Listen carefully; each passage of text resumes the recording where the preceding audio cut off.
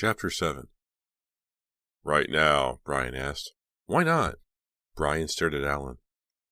I know how to jumpstart a car, Brian told him. My dad taught me. Go for it. Really? Brian asked. Let's do it. Brian gazed at the car.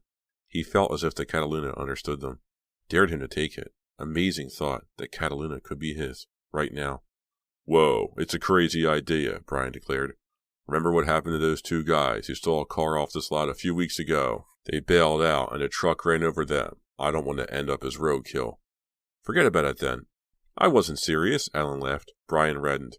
Me neither, he lied. I was just kidding around. For sure, I was. Anyway, it's easy for you to say let's do it. You're rich. Your parents could buy you 10 Catalunas. They both stared at the car, the sleek curves. I'm telling you, Brian said in a hushed voice. This is the prettiest thing I've ever seen. After Misty Clark, you mean? Alan teased him. Brian smiled. I don't know about that. They both laughed. I'll find a way to get this car, Brian thought. I know I will. Hi, Bri. Oh, hi. Not that I'm keeping count, but this is the 6th time I've had to call you first, Misty told him. Really? You okay? You sound in a rush or something. Sorry, it's just... Just what? He couldn't tell her. Just nothing. Oh, so anyway, you want to come over and study together? Her tone made it clear that they wouldn't be spending all their time doing homework. Brian wanted to see Misty, but... Misty, I'm sorry, but I can't right now. Misty didn't answer. Great. I've disappointed her again, Brian thought. I was headed out the door, he explained. He started to tell her his plan, but something stopped him. I'm on my way to the flower store to make some deliveries, he lied. Brian, she said, you don't have to give excuses, not to me. When you want to see me, I want to see you. It's that simple. Misty really did care about him. Unreal. How about I come over in like a couple of hours, he asked a little hoarsely, or maybe a couple of minutes. Great. She sounded less hurt now that she knew he had to work. Wow, Brian thought as he hung up. That story about the flower shop is probably the first lie I ever told her, and it had been so easy. She felt better, too. Maybe he should rethink this whole honesty business. Brian parked and locked his bike on Laurel Avenue, a couple of blocks away from the used car lot.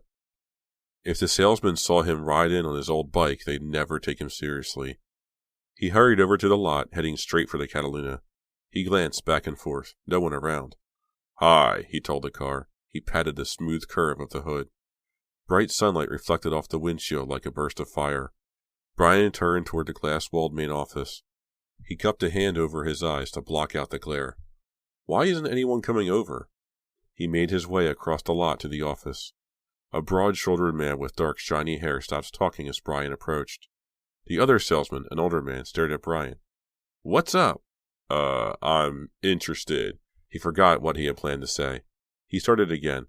I wanted to take one of the cars out for a test drive. Lou, the older salesman said, you've got a customer. You got a license? The dark-haired salesman asked. Yeah, sure. Brian fumbled in his pocket for his wallet. It seemed to stick to his jeans. He found the license and handed it to the salesman. Misty, Alan, and Brian all passed their test on the same day. Only Brian didn't have a car yet. The young salesman handed him back the card. He's going to tell me to get lost, Brian thought. What kind of car were you interested in? The salesman asked. Oh, I'm only interested in one car. The white sports car. The Cataluna. The salesman whistled. You got taste, kid. That's a beautiful car. You hear that, Jack? He wants to test drive the Cataluna. Great car, the older salesman agreed. I love it, gushed Brian. The salesman eyed him. The Cataluna is a lot of money, but we can work out the financing. You'll need to put down $1,000. Might as well be $1 million, Brian thought glumly. I'm not fooling this guy either. He knows I don't have a dime. A fantasy played through Brian's mind. He pictured himself coming back tomorrow and buying the Cataluna from this same salesman, paying in cash, and throwing in a whopping tip. Keep the change, he'd say with a wink. Then he'd smile at the other salesman, the older guy. Bet you wish you waited on me the other day. This tip would have been yours. 1,000 down, Brian replied, trying to sound matter-of-fact. You're still interested? Uh-huh. Well, I don't have the whole amount right now, but I'm working on it, Brian explained. I'm planning to buy the car very soon. The salesman hardly listened. Uh-huh, great, he said with a sigh. He grabbed a key from his desk. Brian couldn't believe it. So I can drive it. Why not? It's not like I've got so much else to do. Yes, thought Brian, amazed. I'm going to drive the car. Brian hurried across the lot to the Cataluna. The salesman opened the door for him. Hop in, he instructed. Brian settled into the plush red leather seat. I must be dreaming, he thought, and I never want to wake up. The salesman climbed in the passenger side. You okay? He asked. You're not going to faint on me or something, are you? I'm fine, Brian answered quickly. The salesman handed Brian the ignition key. It glistened. Mother of pearl circled the top. Brian held his breath as he pumped the gas once, then started the engine. The engine barely made a sound. Without the little lights glowing in the silver dashboard, he wouldn't have been sure the motor turned over. Brian guided the car off the lot. Turn right, the salesman instructed him. We'll go down Laurel Avenue, where there isn't much traffic. The car handled beautifully. Brian barely had to touch the wheel. They passed Brian's bike. It had never appeared so old and babyish to him. Brian slipped into another fantasy. He and Misty driving back from the prom, and... Hi, Brian. The female voice startled him out of his daydream. He glanced over at the salesman. Did you hear that? Hear what? Brian stared down at the radio. Off. Hi, Brian. You and I are going to have fun together. He checked the rearview mirror. Nothing. What are you searching for, Brian? He turned around to study the red leather seat behind. Empty. He heard the girl laughing. Watch out! The salesman shouted. Brian turned around. Hey, I can't stop. Chapter 8. No! Brian let out a sharp cry as he slammed forward. The seatbelt dug into his chest. He heard the crunch of metal, saw bright sparks fly all around. His head snapped back hard. Pain shot down his neck. Were the sparks inside his head? What happened? Brian shook his head hard. He stared groggily through the windshield, and saw that he had smashed the car into a lamppost. For a long while the salesman sat in stunned silence. Then he started shouting, calling Brian worse names than anything Mr. Robbins ever had. Brian backed the car off the curb, turned off the motor. He jumped out of the car and ran to inspect the damage. The salesman followed him. Brian gasped in surprise. Only a few scratches on the Cataluna's silver fender. When Brian rubbed some spit on them, they disappeared. The car is totally fine, Brian uttered. He couldn't resist a big smile. He felt so relieved. He would have wanted to die himself if he wrecked the Cataluna. The salesman glared at him. Without another word, he strode to the driver's side and got in. Hey, wait, Brian cried. Come back when you learn how to drive, kid, the salesman muttered. He slammed the door. Then he pulled back out on the road and roared away. Brian stood stranded on the side of the road, staring after the Cataluna. Beautiful, amazing. It disappeared from sight. I need that car. Brian remembered the strange voice. You and I are going to have fun together. I'll do anything to get the Cataluna, Brian thought. Anything. Brian parked the small white minivan, leaving the engine running. He walked around and opened the double doors and back. He checked his delivery list. Sanderson, 119 Bethune Street. He found the bouquet with the matching label and started up the walk. 2 weeks had gone by, and he still hadn't found a second job to replace Happy Burgers. And his manager at the flower shop, Mr. Gunther, wouldn't add any extra hours to his delivery schedule. Time is running out, he told himself as he rang the front bell. He wasn't the only one with eyes in his head. Anyone would want the Cataluna. No answer at the Sanderson house. Terrific. That meant two things. Brian would have to bring the flowers back to the store, and a different delivery boy would get the tip. He rang again. Then he knocked. The door opened an inch. He gave it a nudge. Mrs. Sanderson, flower delivery here. You have a nice bouquet. He stuck his head inside, tried calling again. Fancy stuff, Brian muttered. The chrome and leather living room furniture reminded him of the things Misty and Ellen had in their houses.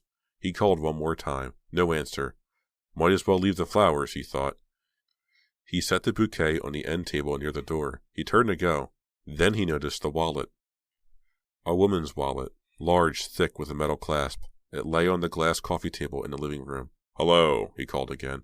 Mrs. Sanderson, delivery. He heard the deep ticking of a clock. Nothing else.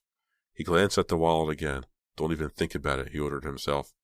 But he started across the thick oriental carpet toward the table, and the wallet. He stared down at the wallet, afraid to touch it. Then he realized something that made him start to sweat.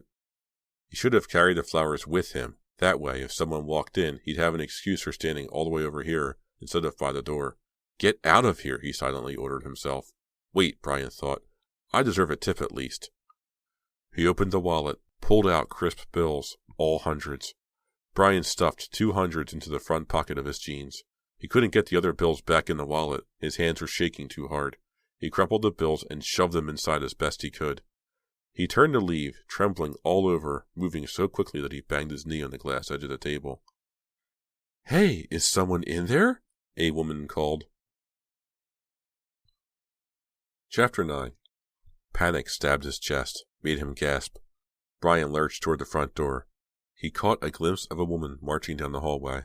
Right toward him, only one place to hide, the front coat closet. He ducked inside, pulling the door partly closed behind him. He could smell mothballs. He wanted to press back into the row of coats, but the hangers might jangle. He heard the woman walking around the living room. "Please don't look in the closet," he prayed. "Please don't look in here. I promise I will never ever do this again if you please don't look in the—" The footsteps click-clacked against the wooden floor, coming toward Brian. They stopped outside the closet door. Brian's heart stopped too. Then he heard a rustle of cellophane. "Oh!" the woman exclaimed. "A delivery."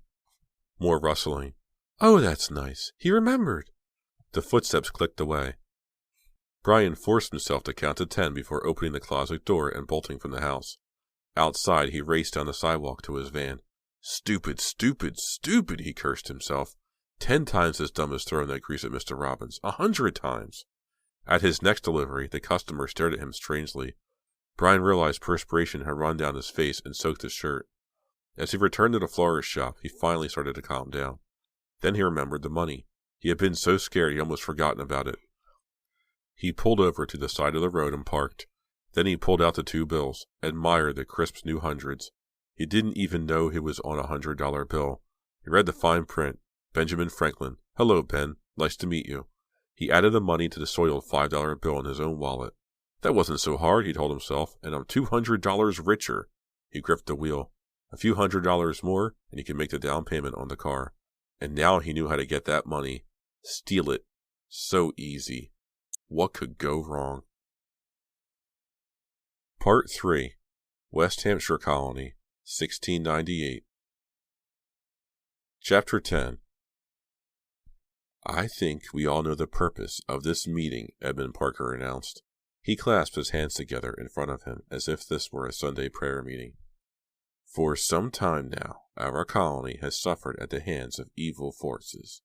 I think we all know what, or should I say who, is responsible. Still, we must be mindful of what we do here tonight.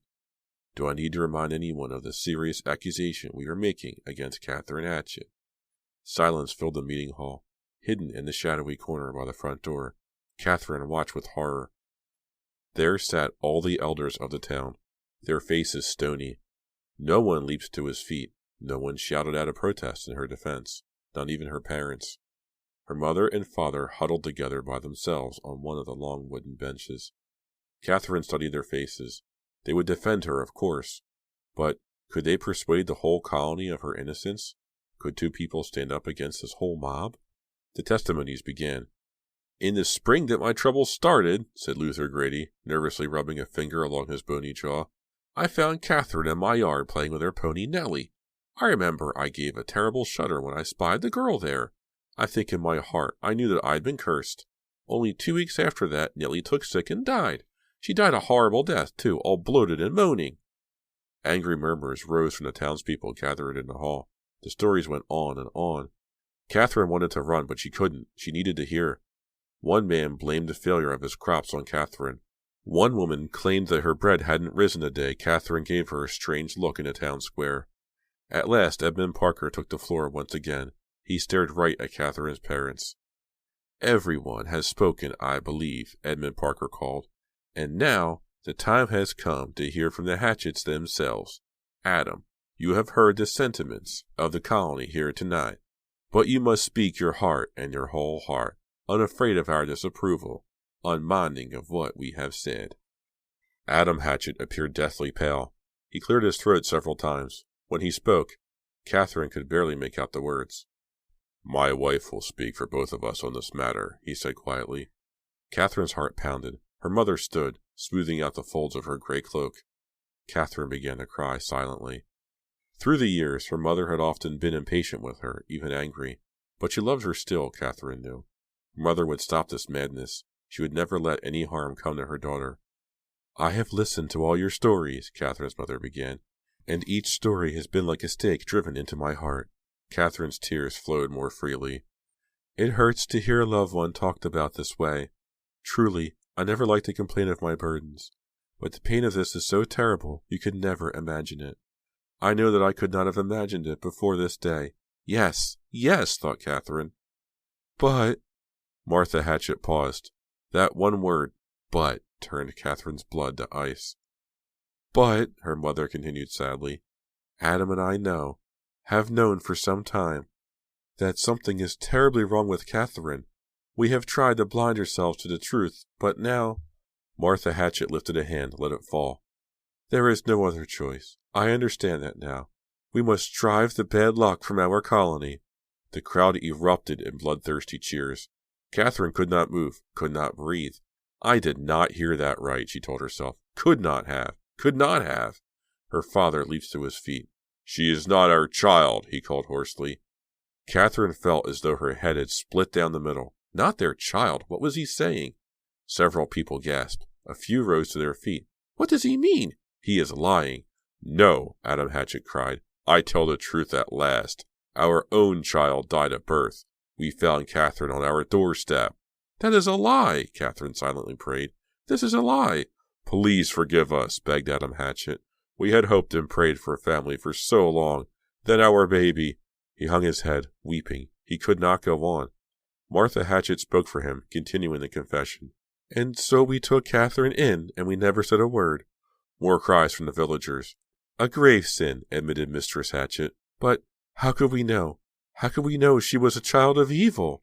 When the meeting quieted back down at last, her mother and father each told stories about the horrors of raising Catherine.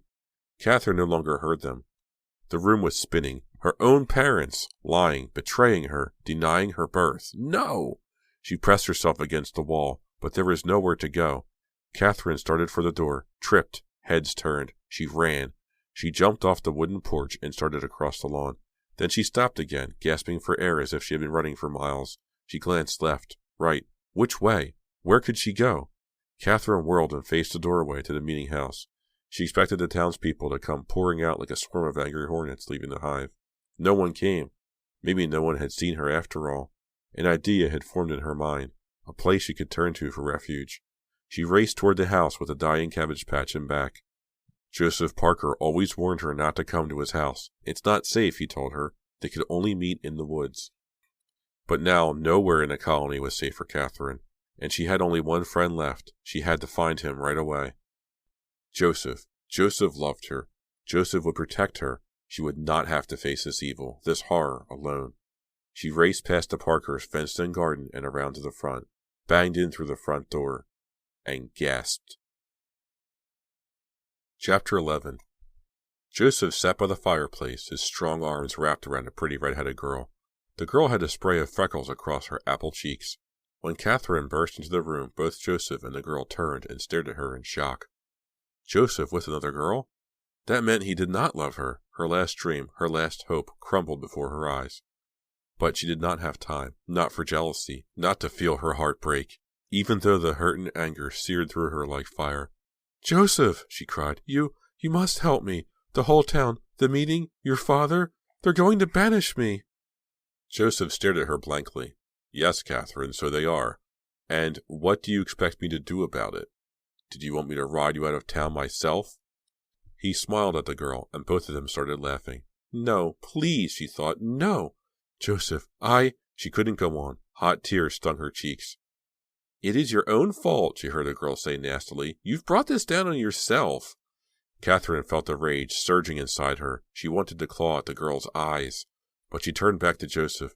Joseph, there is no time to waste. Please, I heard them with my own ears. If I ever meant anything to you. Joseph stood swiftly. And what could a witch like you mean to me, eh, Catherine? What vile lies are you spinning now? How dare you come into a respectable home and... Catherine backed away. She stumbled out the door. She heard more laughter from inside the cottage. Then she turned and fled. Rage made her run faster than she ever had run in her life. Crazy, she silently shouted at herself. Crazy to trust a boy like Joseph. No, she could only turn to one person. The one true friend who had stood by her all these years. Gwendolyn. She ran into the dark woods, ran until she reached the old woman's cabin. She found Gwendolyn rocking by the fire. The old woman's eyes glittered with anger. Catherine gasped for breath. She could not speak, but Gwendolyn knew everything. Gwendolyn kept rocking, her eyes locked on Catherine's. The town has reached its decision. Catherine nodded, not even pausing to wonder how the news had reached Gwendolyn so fast. They have ruled that you are to blame. Yes? Gwendolyn appeared calm. Catherine tried to take some comfort in that. And here I have tried to live in peace with these people for so long. These fools believe you have caused their bad luck, the old woman demanded harshly. It is time to show them some real bad luck. Gwendolyn stood slowly. She pulled back her lips and let out a long animal hiss. Catherine trembled. Was Gwendolyn truly crazy?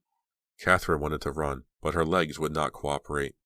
Gwendolyn's whiskery face began to darken. The whiskers grew longer. It is so dark in this cabin, Catherine thought. My eyes are tricking me. Then Gwendolyn uttered a longer hiss, a hiss of pain. Needle-sharp claws popped out of her outstretched fingertips. Gwendolyn's long silver hair whirled around her body as if it had come alive. Wherever it touched her skin, the skin turned black and furry. Moments later, tall, old Gwendolyn Parrish no longer stood before Catherine. In her place stood a black cat. The old cat stretched, arching its back. Then the cat cried, "Come, Catherine, you can do it too. You are a shapeshifter. You are my daughter." Chapter 12. The old cat's yellow eyes locked on hers.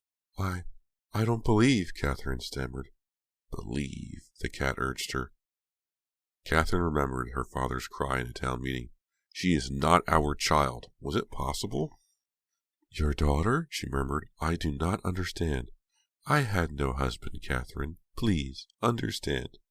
I did not fear the shame for myself, but they would have teased you and tortured you.